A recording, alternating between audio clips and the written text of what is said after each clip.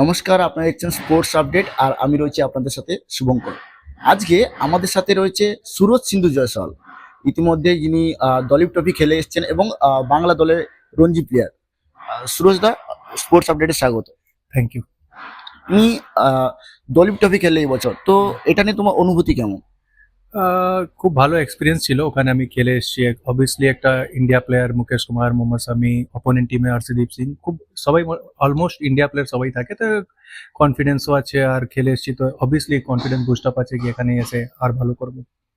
একটা সময় ছিল যখন দল থেকে বাদ পড়ে গেছিলে, তোমার বাবাও চলে গেছিলেন, তো ওই সময় যে ফেজটা ওটা তুমি কিভাবে পার করেছিলে? অনেক কঠিন ছিল ওই সময়টা, কেন কি বাবা মারা যাওয়ার পর মানে ফ্যামিলি মানে একটা প্রবলেমে পড়ে গেছিল। তারপরে আমি ভেবেছি আমার হাতে জাস্ট একটা হার্ড ওয়ার্ক, যে আমি মানে স্টার্টিং আন্ডার 19 থেকেই করে এসেছি, তাই আমি বিলিভ রেখেছি কি জাস্ট আমি নিজের কাজটা করবো, hard work, training and bowling যা যা হয়। যে আমি 10-15 দিন পরে আমি ক্যাম্প জয়েন করেছিলাম ওই বছর, 25 স্কোর থেকে বাদ ছিলাম আমি। তারপর জাস্ট হার্ড ওয়ার্কটা করেছি, ক্লাব ম্যাচে ভালো পারফরমেন্স হয়েছে, সেই জন্য আমাকে এখানে চান্স পেয়েছি। তারপরে এখানে সুযোগে লাগিয়েছি, উইকেট নিয়েছি, তারপরে সব তোমরা দেখছো কি চলছে। তোমার 12 ম্যাচে 7টা উইকেট। তো এই বছর যে দলটা রয়েছে, দলে রয়েছে মোহাম্মদ শামি, ঈশান পোড়েল, আকাশদীপ। তো এই দলে জায়গা পাওয়াটা নিয়ে কতটা চ্যালেঞ্জিং বলে মনে হয় তোমার কাছে? অবভিয়াসলি ইন্ডিয়া প্লেয়ার আছে, লেজেন্ড অবভিয়াসলি আমাদের মোহাম্মদ শামি, আকাশদীপ সবাই ইন্ডিয়া হয়ে খেলছে, খুব ভালো দারুণ পারফরমেন্স করছে।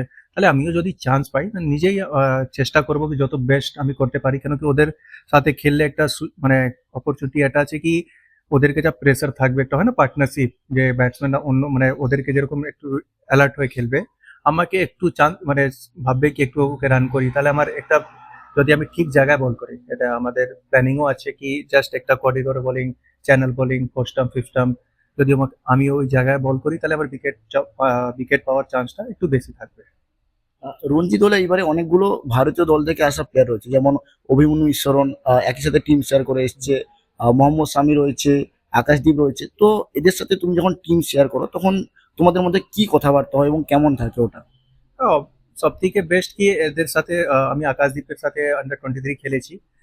ওকে আজকে দেখেছি আকাশদীপকে, তো দেখে একটা মনে হয় কি যদি আমিও ভালো পারফরমেন্স করি, কি ও রঞ্জি লেভেলে পারফরমেন্স করেই উপরে গেছে ইন্ডিয়া এ দলীপ ট্রফি যা টুর্নামেন্ট হয় মানে ইন্ডিয়ার আগে। তাহলে আমার মনে থাকে কি আমি যদি ভালো পারফরমেন্স করি আর কনফিডেন্স অবভিয়াসলি বুস্ট আপ হয় এদের সাথে খেললে, ইন্ডিয়া প্লেয়ার সাথে খেললে, মোহাম্মদ শামি অবভিয়াসলি বড় নাম। তাহলে মানে ভিতর থেকেও আসে কি আমি যদি ভালো করি আমার মানে আমারও একটা চান্স আছে, আমি করে যেতে পারি। প্রায় 35 বছর বেঙ্গল রঞ্জি ট্রফি পায়নি, তো এই বছর কতটা চান্স বলে মনে হচ্ছে? এই বছর আমাদের যা টিম হয়েছে, মানে আমার ভিতর থেকে আমার ফ্যামিলি, ইনক্লুডিং আমার ফ্যামিলি, মা, দাদা যারা আমার মানে গার্জিয়ানে আছে, আমার বড় ভাই, এ বলছে ও দারুণ টিম হয়েছে এবছর, মানে পুরো 100% চেষ্টা কর, তুই নিজের মানে নিজের কাজটা কর, তাহলে তোর ভালো পারফরমেন্স হলে টিমও ভালো হবে। যদি তুই উইকেট নিস আর যদি ব্যাটে কন্ট্রিবিউশন, মানে লাস্ট ইয়ার আমি যা পারফরমেন্সটা করেছি অবভিয়াসলি আশা বাড়বে কি আমি করবো এই বছর। তাই আমি পুরো চেষ্টা করবো যদি আমার পারফরমেন্সটা ভালো হয়। আর টিম তো অবশ্যই ভালো করতে হবে, কেন কি 11 জন তো খেলবে, ঠিক আছে, তো সবাই যদি ভালো না করে তাহলে কোনো টিম চ্যাম্পিয়ন হতে পারবে না। যদি সবাই ভালো করে, মানে এবছর আমাদের সব থেকে বেস্ট কি টিম, মানে অভিমন্যু, আপনার সুদীপ দাস সবাই অ্যাভেলেবল আছে, এটা খুব ভালো সাইন। এবছর চেষ্টা করবো আমরা, বলে তো হয় না, চেষ্টা পুরো করবো কি চ্যাম্পিয়ন।